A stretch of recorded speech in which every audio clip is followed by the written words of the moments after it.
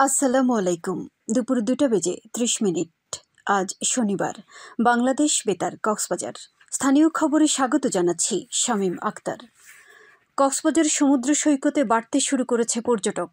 সাপ্তাহিক ছুটির 2 দিনে সূর্যাস্ত দর্শনে পর্যটকদের পদচারণায় মুখর ছিল বিশ্বের দীর্ঘতম সমুদ্র সৈকত। পর্যটকেরা কেউ সাগরে নেমে গা ভেজানো ও কেউ বালুচরে চেয়ার ছাতায় বসে সমুদ্র দর্শনে সময় কাটাচ্ছেন। ভ্রমণ পিপাসুদের ভিড়ে সৈকত তীরের ব্যবসা বাণিজ্যও চাঙ্গা হয়ে উঠেছে। গোসলে নেমে বিপদে পড়া পর্যটকদের নিরাপত্তায় সতর্ক রয়েছে ট্যুরিস্ট পুলিশ ও লাইফগার্ড কর্মীরা। এদিকে পর্যটকদের হয়রানি রোধে জেলা প্রশাসনের পাশাপাশি সৈকতের নিরাপত্তা নিশ্চিত করতে কাজ করছে ট্যুরিস্ট পুলিশ।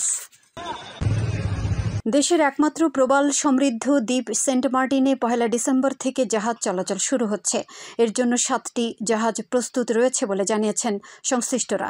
সেন্ট মার্টিন রুটের পর্যটকবাহী জাহাজ মালিকদের সংগঠন sea cruise operator owners association of Bangladesh এর সাধারণ সম্পাদক হোসাইন ইসলাম বাহাদুর বলছেন, ডিসেম্বর ও জানুয়ারি এই 2 মাস কক্সবাজার শহরের নুনিয়ার ছড়াস্থ বিআইডব্লিউটি এর ঘাট থেকে সেন্ট মার্টিনে পর্যটক নিয়ে 7টি জাহাজ চলাচল করবে। 1 ডিসেম্বরের আগে জাহাজগুলো চলাচলের অনুমোদন প্রক্রিয়া শেষ করা হবে জানিয়ে তিনি বলেন, প্রথম দিন কয়টি জাহাজ যাবে তা টিকিট বুকিংয়ের উপর নির্ভর করবে।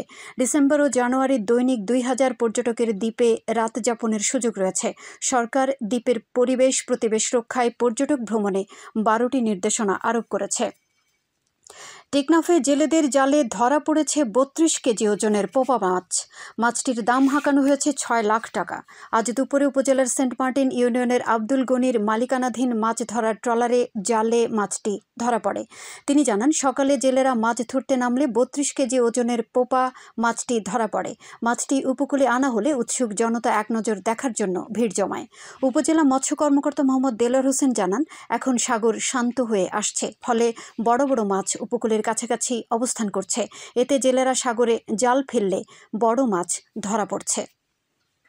উখিয়ায় আমন ধান কাটা ও মাড়াইয়ে ব্যস্ত সময় পার করছেন কৃষকেরা। ফলন ভালো হওয়ায় কৃষকেরাও বেশ খুশি।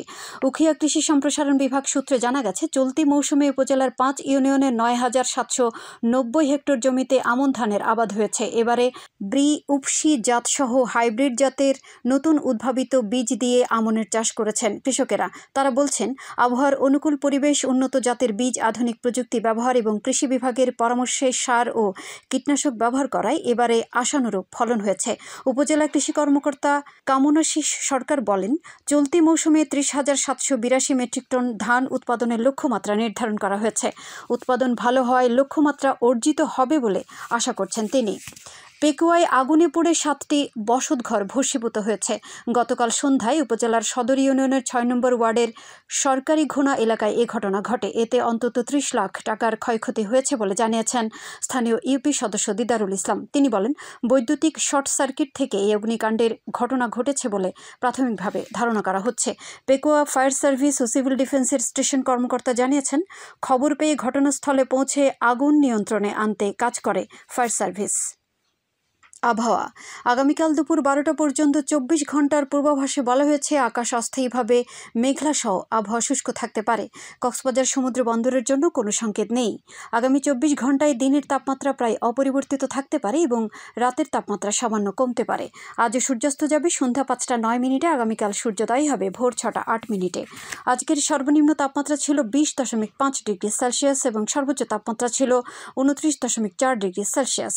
এখন জানিয়ে দিচ্ছি বাঁকখালী নদীর মোহনা ও সংলগ্ন এলাকার সামুদ্রিক জোয়ার ভাটার সময়সূচি।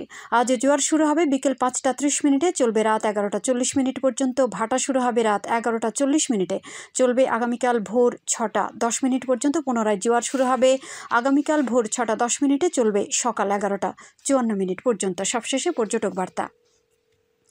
পর্যটন নগরী কক্সবাজারে আগত ভ্রমণ পিয়াসুদের সাগরের পানিতে নামার পূর্বে সাবধানতা অবলম্বন করার জন্য অনুরোধ করা হচ্ছে।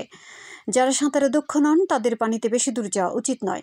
ভাটার সময় স্রোতের সাগরমুখী টান প্রবল হওয়ায় সাগরের গভীরে ভেসে যাওয়া এমনকি প্রাণহানির আশঙ্কা থাকে। সেই সাথে পর্যটকদের স্বাস্থ্যবিধি মেনে চলার পরামর্শ দেওয়া হচ্ছে। খবর শেষ হলো। আমাদের পরবর্তী খবর প্রচারিত হবে আজ বিকেল 4টা বেজে 30 মিনিটে ইংরেজিতে।